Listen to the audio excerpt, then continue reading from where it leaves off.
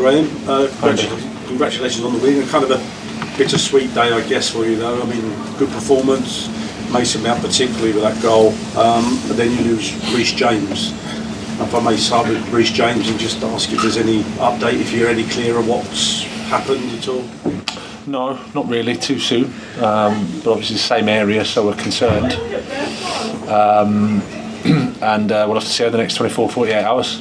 It seemed very innocuous what actually happened. We saw him, he just cut the ball in, but then he seemed to signal that something was wrong, like a tweak or something like that. I mean, is there any particular moment that you've noticed where it's happened, or any particular fear that he may have recurred of injury? No, at the moment it's a bit too soon, but I think there was that action that you mentioned. It's a sort of a chop, and he felt something there, so we'll just have to see how the extent of it and keep our fingers crossed at the moment. Have you spoken to him at all since he's come off? I guess you've probably been busy, but just at one point he seemed to have his head in his hands and it seemed like the despair was.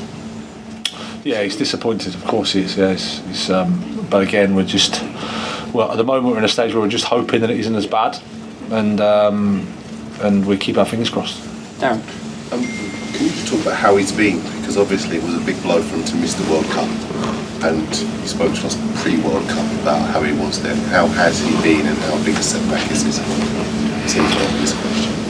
Yeah, I mean he's been really disappointed to miss the World Cup. Of course, it was a huge blow for him. He wanted to give himself every chance to be in the squad, and you can see today with his quality what he brings to the team. So he's just had to deal with the injury and try and get back fit, and I think he's done that well. And we're taking steps, and the plan was for him not to play 90 tonight. It was to play 65 minutes, which was a build-up from what he did previously. So now he's disappointed, of course, at the moment. And like I said, we just want to hope that it's not as bad as it was, and then he can get on a speedier recovery. Just one question on something Mason said on the TV. He said that we want to be up there fighting. We're not happy with where we are. We needed this win really badly tonight. I'm assuming you echo those thoughts, that it had to be 3 points at all costs tonight, given the run of form and the failure to score in 3 games before the World Cup. Yeah. Can you just say that?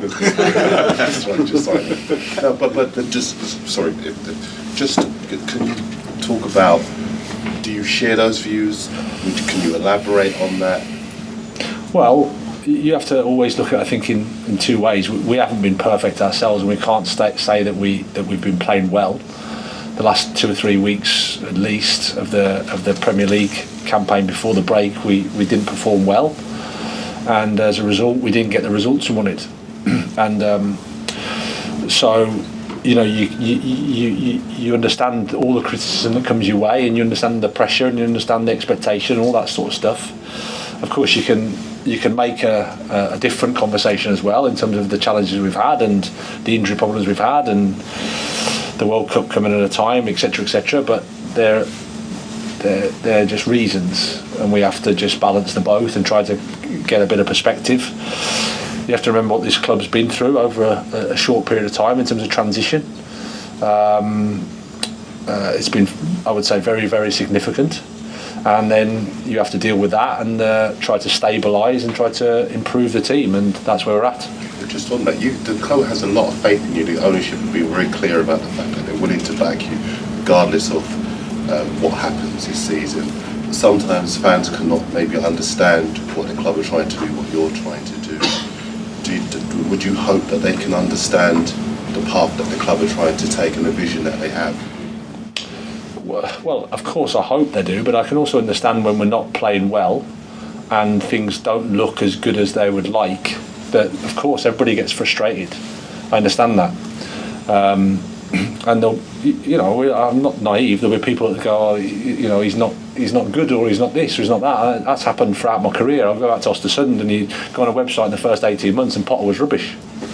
So that's normal. And there'll be people in this room that will think the same. But I could probably give you a lot of evidence to suggest the otherwise. So thankfully they have the similar opinion, and there's been a lot of support out there for me in terms of interactions I've had with our supporters that understand the situation we're in and very, very supportive. But I'm not naive. Like I said, we haven't been perfect, so we have to accept any criticism that comes our way when we don't get the performances and the results that you want here. Adam. Hi, Graham. Hi. After Reece went off, the performance seemed to lose its way a little bit. Was that just because of maybe the mental impact of seeing Reece go off, or was it just losing him as a presence on that side, or was maybe something else? I think it's probably a bit of everything. I mean, Reece was playing well and he's a top player. I mean, as much as we think coaches are magicians, believe you me, if you've got top players, it makes the coach's job a lot easier. And you could see the quality that Reece brings down that right side in the first half especially. And then to see him go off, I think probably affects the stadium, it affects the team, it affects everything. Not that that's an excuse, but we're human beings as well, and he's someone that we care a lot about, and there's going to be a little bit of concern and worry, and I think that's quite natural, especially with the results that we've had, and you want to try and hold on to your win, and I think that affected our performance in the second half. Tom.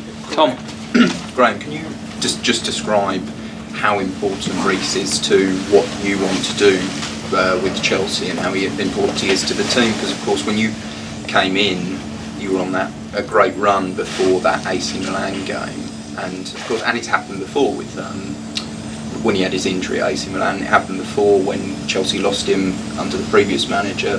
Form suffered a little bit. Well, I think Reece is a world-class player. Like, you see it from the outside, and it's not until you work with him you realise how good he is. He's an incredible player. So he would fit into any team in the world. He could play in any team in the world. So any team would miss him. Okay, last question in this section. Gary. Hello. Hello, sorry. Sorry, January just a few days away now. I'm sure you'll be in the market for some players. Benoit Badia Shield seems to be the closest Monaco young central defender. Any thoughts on him? Well, unfortunately my answer is I don't speak about anybody that's not a Chelsea player. There's lots of people get linked to this football club, and I'd be wasting mine and your time if I responded to everyone. I always say that the club's responsibility is to try to improve the team in every window. That's every club. But my job is, as the head coach, to try and improve the players we have here and to improve the team. So that's what I'll be focusing on.